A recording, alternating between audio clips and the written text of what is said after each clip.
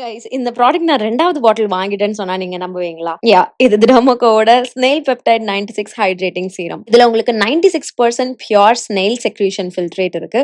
2% peptide complex and 2% நயசனமைட் இருக்கு. இது உங்க ஸ்கின்ன சாஃப்ட்டா, சப்பிளா, ஹைட்ரேட்டடா ஆக்குது. நான் இத வந்து கன்சிஸ்டன்ட்டா யூஸ் பண்ணி, இது என்னோட ஸ்கின்ல பண்ண சேஞ்சஸ்ல காதல்ல விழுந்து லிட்டரலா I decided to continue using this. இந்த ஸ்கின்னை இன்டென்ஸா ஹைட்ரேட் பண்ணுது.